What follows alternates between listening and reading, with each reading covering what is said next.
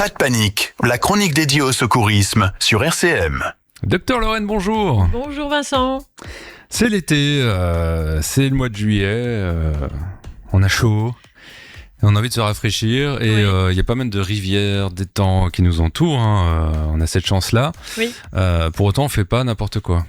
Non, parce que c'est comme les baignades en piscine, c'est sympa, mais ça peut être dangereux. Donc il faut garder en tête que l'eau, c'est un milieu qui peut nous apporter plein de bienfaits, mais qui peut aussi être dangereux. Donc en effet, si on veut aller en étang, en lac ou en rivière, il y a des consignes de sécurité à intégrer et à vraiment ne pas faut pas y déroger, notamment la baignade seule, faut vraiment se l'interdire. Parce qu'on ne sera pas capable d'avoir un soutien si jamais on est en détresse. En lac, en rivière, c'est pas l'eau chlorée de la piscine où on voit le fond. Donc il peut y avoir des éléments qui font que on va être saisi d'un truc et moins à l'aise dans l'eau. L'eau est plus froide. L'eau n'est pas uniforme dans sa température, c'est pas homogène. Donc à un moment donné, on peut être pris d'un courant froid et être saisi. L'eau étant plus fraîche, quand il fait très chaud à l'extérieur, il faut vraiment pas du tout plonger et rentrer brutalement dans une eau qui en surface peut paraître tempérée et agréable, mais dès qu'on passe une certaine profondeur et rapidement finalement, c'est très froid. Et en fait ça, c'est le risque d'hydrocution. On en a entendu parler, c'est arrivé récemment. Oui. Ouais. On a malheureusement tous les ans. Le cas typique, c'est des gens qui sont sur un pédalo, qui vont avoir doublement chaud parce qu'ils pédalent, parce qu'ils ont le soleil, plus donc la réverbération. Il y a 40 degrés, quoi. Ils sont vraiment soumis à un environnement thermique élevé. Et d'un seul coup, on a chaud, on se dit c'est fun, c'est le moment, on est en plein milieu du lac, parce que c'est toujours à ce moment-là qu'on a envie de piquer une tête, et on plonge. Et il y a des drames, il y a des gens qui plongent et qui remontent pas. Alors l'hydrocution, c'est quoi, un choc En fait, c'est un simple malaise lié à la différence brutale de température, mais le malaise, une fois qu'on est à 2 mètres sous l'eau, ça fait que on plonge et on se noie. Et là, c'est difficile d'être localisé parce que on sait pas exactement comment le corps va évoluer dans l'eau. Donc les témoins sont souvent très traumatisés, parce qu'ils se rendent compte à quel point ils n'ont rien pu faire. Donc il faut faire les choses avant de plonger, c'est-à-dire se mouiller progressivement le corps. Ça commence par les pieds, les chevilles, mais aussi la nuque, la partie supérieure, le thorax. Tout ce qu'on peut mouiller légèrement avant d'y aller, et essayer d'aller d'abord dans l'eau avant de refaire le super plongeon de l'espace. Oh, ça, c'est des discours de vieux schnock. Quand on est jeune, on saute. Ouais. Mais il faut savoir qu'il y a ce risque-là. Malheureusement, il y a eu des drames même dans les Vosges de jeunes, de jeunes qui font des fêtes, Là, ça va être la période justement des week-ends, pas d'intégration, parce que là, c'est des week-ends où on se retrouve, toutes sortes d'occasions où on fait la fête au bord de l'eau. Puis là, l'effet de groupe, il est souvent pas trop sur la sécurité. On est plutôt sur le je profite. C'est sur le défi de celui qui va faire le truc un peu plus dingue. Donc faut le savoir, quoi. Ouais. Voilà. Non, mais le garder en tête, et nous, évidemment, de le dire dès le plus jeune âge, parce que on sait qu'on va ancrer des messages et que c'est pas parce qu'on se met en sécurité qu'on va pas s'amuser. En fait, les deux sont compatibles. C'est pas l'un ou l'autre. C'est pas un truc ultra sécurisé, chiant, versus un truc super fun où on prend tous les risques. Non, on peut faire les deux. On peut être en sécurité et passer un bon moment. Et évidemment, ça permet aussi de redire les règles au niveau quand on se baigne dans un lac.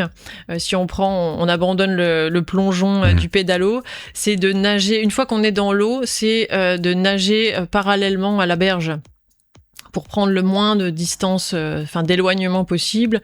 Et comme ça, si jamais on est pris d'une crampe, de vertige dans l'eau, parce que l'eau est plus froide et qu'au niveau de l'oreille interne, il se passe des choses et qui fait que ça crée des vertiges, on n'est pas très loin du bord. Et le fait, évidemment, de ne pas aller se baigner seul, fait que si l'un des deux, même s'il y en a un qui reste sur la berge, eh ben on n'est pas très loin, on peut donner l'alerte en levant, en criant quand on en est encore capable. Et donc tout ça, c'est des règles simples, c'est presque du bon sens, mais il faut vraiment l'intégrer pour chaque baignade. Cas concret, soyons concrets, même si bien sûr c'est interdit, parlons du barrage du lac de Pierre-Percé, qui attire évidemment les foules quoi qu'il arrive, surtout je l'ai vu en période de canicule.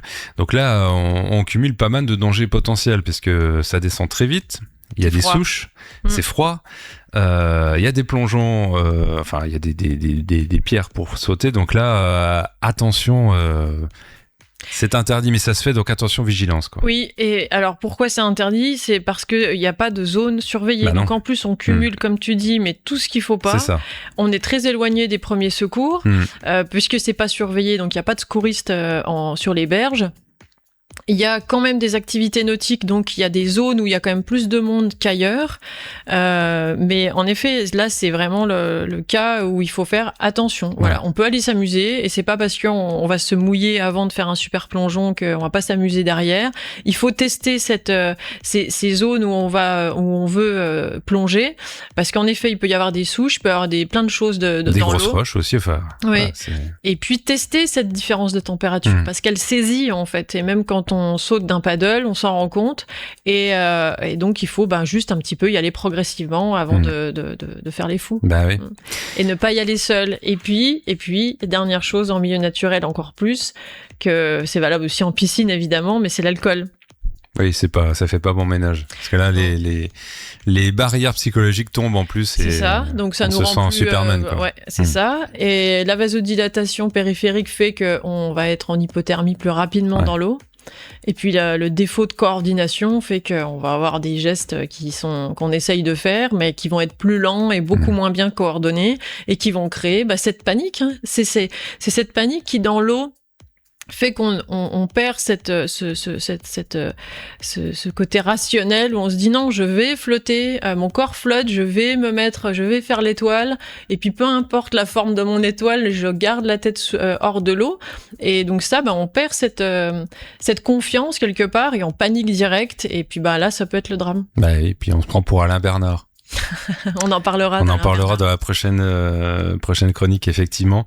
Mais voilà, les dangers sont multiples. Et il y a autre chose aussi, c'est les eaux, alors les étangs, les eaux un peu stagnantes. Là, il y a un problème de bactéries possible aussi. Oui, donc là, c'est plus le risque sanitaire, mais on a pas mal de plans d'eau sur le secteur qui sont pas alimentés par des ruisseaux, donc en fait, ça stagne, et là, il a fait quand même très très chaud sur des eaux stagnantes, et il y a des bactéries qui se développent, donc ça fait une double... Vous ne voulez pas tomber malade ou pire, parce que une bactérie peut quand même faire du mal. Oui, surtout sur les organismes fragiles. Donc bon. L'idéal, ça reste un endroit surveillé, officiel, comme une piscine. Oui, et il y a quand même les sportifs aussi qu'on a du mal à raisonner parfois. Et en plus, eux, ils sont très forts, donc ils savent parfaitement nager. Parfois, ils font du triathlon ou de l'eau en eau libre, de la nage en eau libre. Et du coup, ils vont s'entraîner seuls. Donc, en fait, juste petit message, offrez-leur une bouée de flottaison. Ils seront plus visibles, et ça permettra d'avoir un support, comme dit, sur une crampe. Ils peuvent être pris de crampe. Et puis, ils peuvent aussi avoir des vertiges ou quoi que ce soit dans l'eau, qui fait que ça va les aider d'avoir cette petite bouée de flottaison, et de pouvoir dire aussi avant à leur entourage où ils vont nager.